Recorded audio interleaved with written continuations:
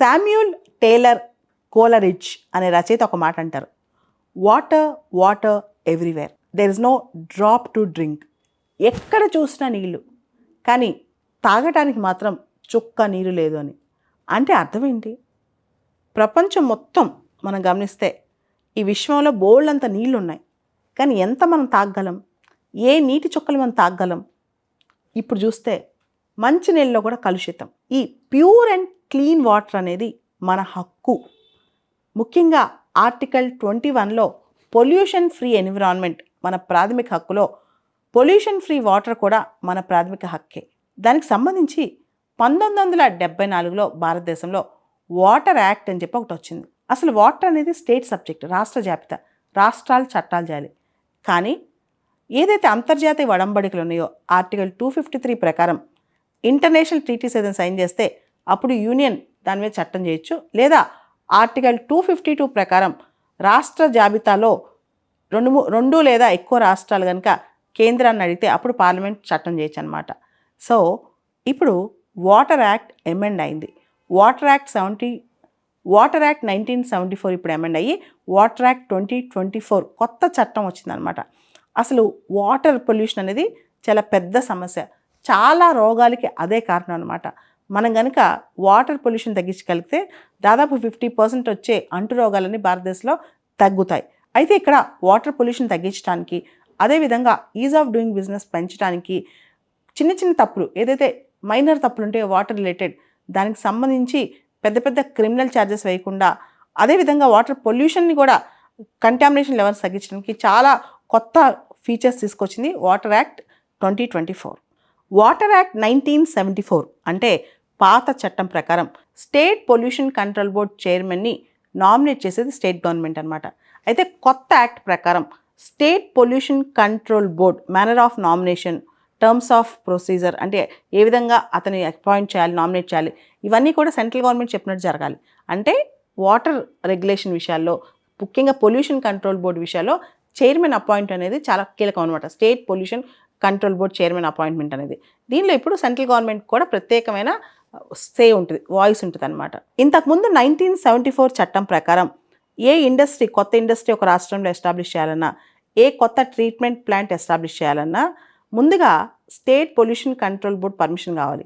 ముఖ్యంగా మనం గమనిస్తే చాలా ఇండస్ట్రీస్, ట్రీట్మెంట్ ప్లాంట్స్ ఇవన్నీ కూడా వాటిలోంచి వచ్చే ఎఫ్లుయెంట్స్ని, ఏదైతే వ్యర్థ పదార్థాలు ఉన్నాయో అవి వదులుతాయి అన్నమాట వాటర్ బాడీస్లోకి, నదుల్లోకి, పొలాల్లోకి. ఇలా వదిలినప్పుడు ఎంత కంటామినేట్ చేస్తారు, ఎలా చేస్తారు, దీనికి సంబంధించి state pollution control board prayer permission అవసరం.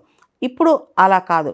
కొన్ని ఇండస్ట్రీస్కి, కొన్ని ట్రీట్మెంట్ ప్లాంట్స్కి సెంట్రల్ గవర్నమెంట్ మినహాయింపులు ఇస్తుంది, ఎగ్జామ్షన్స్ ఇస్తుంది అనమాట. అంటే సెంట్రల్ పొల్యూషన్ కంట్రోల్ బోర్డ్ సూచనలు, అంటే central pollution control board central లెవెల్లో ఉన్న సిపిసిబి యొక్క సూచనలతో కొన్నిటికి ఏదైతే తక్కువ మినిమం డ్యామేజ్ చేస్తారో వాటికి ప్రేయర్ కన్సెంట్ అవసరం లేకుండానే ఆ ఇండస్ట్రీస్ కానీ ట్రీట్మెంట్ ప్లాంట్ కానీ ఎస్టాబ్లిష్ చేసుకోవచ్చు. ఇది ఎందుకంటే ఈజ్ ఆఫ్ డూయింగ్ బిజినెస్, ఆ రాష్ట్రాల్లో కొత్త కొత్త ఇండస్ట్రీస్ ఎంప్లాయ్మెంట్ కోసం ఇలాంటివి కూడా తీసుకొస్తారు. పాత చట్టం అంటే వాటర్ యాక్ట్ 1974 ప్రకారం వయోలేషన్స్కి, చట్ట ఉల్లంఘనకి భయంకరమైన క్రిమినల్ పనిష్మెంట్స్ ఉన్నాయి. ఇప్పుడు ఆ క్రిమినల్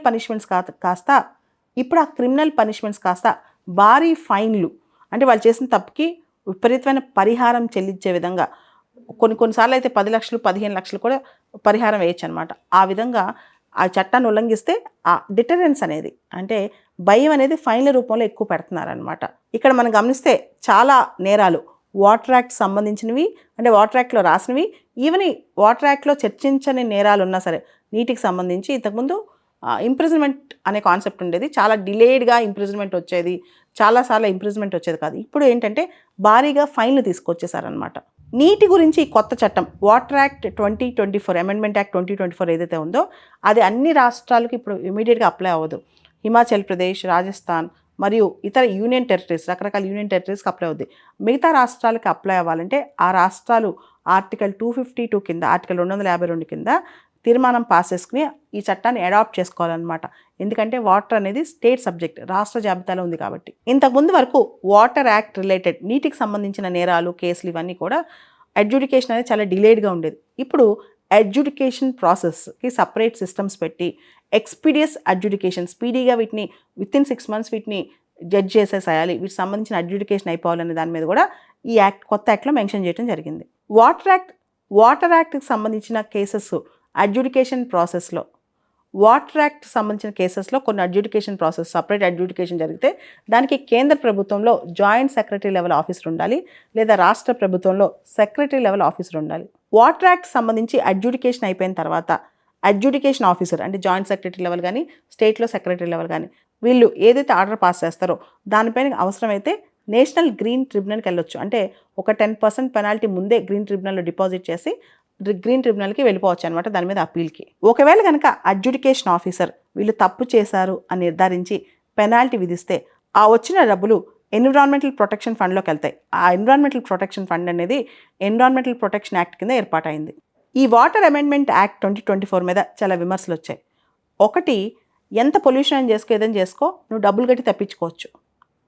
రెండోది, స్టేట్స్ వాటర్ అనేది స్టేట్ సబ్జెక్ట్, సెంటర్ పెత్తనం పెంచుకుంటోంది. మూడోది, భారతదేశంలో ఇప్పటి వరకు చాలా జాగ్రత్తగా తీసుకొచ్చిన ఎన్విరాన్మెంటల్ లాస్ ఈ చట్టాలు ఏవైతే ఉన్నాయో కొత్తగా వాటిని డైల్యూట్ చేస్తున్నారు అంటున్నారు. ఉదాహరణకు లాస్ట్ ఇయర్ బయోడైవర్సిటీ యాక్ట్లో కూడా ఈజ్ ఆఫ్ డూయింగ్ పెంచే విధంగా ఉంది. ఇప్పుడు చూస్తే కొత్త యాక్ట్లో కూడా బిజినెస్ సపోర్ట్ చేస్తూ ఉంది, అంతేగాని ఎన్విరాన్మెంట్ సపోర్ట్ చేయట్లేదు వాటర్ యాక్ట్లో. పాత యాక్ట్ ఇంకా బాగుంది అనేవాళ్ళు కూడా చాలామంది ఉన్నారు. ప్రత్యేకంగా ఇక్కడ చెప్పాలంటే వాటర్ యాక్ట్ 2024 అనేది యాంటీ ఫెడరల్ చట్టం, రాష్ట్రాలకు వ్యతిరేకంగా ఉన్న చట్టం, రాష్ట్రాల పవర్స్ తగ్గించే చట్టం, కేంద్ర ప్రభుత్వం పెత్తనం పెంచే చట్టం అని అంటున్నారు. ఓవరాల్గా కొత్త వాటర్ అమెండ్మెంట్ యాక్ట్ 2024 ఏదైతే ఉందో అది ఒక పక్క నీటి కాలుష్యాన్ని తగ్గిస్తూనే ఇంకో పక్క ఈజ్ ఆఫ్ బిజినెస్ అనేది పెంచుతుంది, ఇంకొక పక్క సెంట్రల్ గవర్నమెంట్ యొక్క పాత్ర కూడా వాటర్ పొల్యూషన్ వాటర్ ఇష్యూస్లో పెంచుతుంది అనమాట. సో ఇలాంటి యాక్ట్ మనం చూస్తే కనుక చదివితే బ్యాలెన్స్డ్గా మనం ఆన్సర్స్ కూడా రాయొచ్చు. దాంతోపాటు ఇక్కడ కొన్ని ప్రిన్సిపల్స్ రాయాలి. ఒకటి, పొల్యూటర్ పేస్, సస్టైనబుల్ డెవలప్మెంట్, ఇలాంటి ప్రిన్సిపల్స్ రాసి మనం ఇంకా బెటర్గా ఆన్సర్ని ఎన్రిచ్ చేయొచ్చు వాటర్ యాక్ట్ సంబంధించి.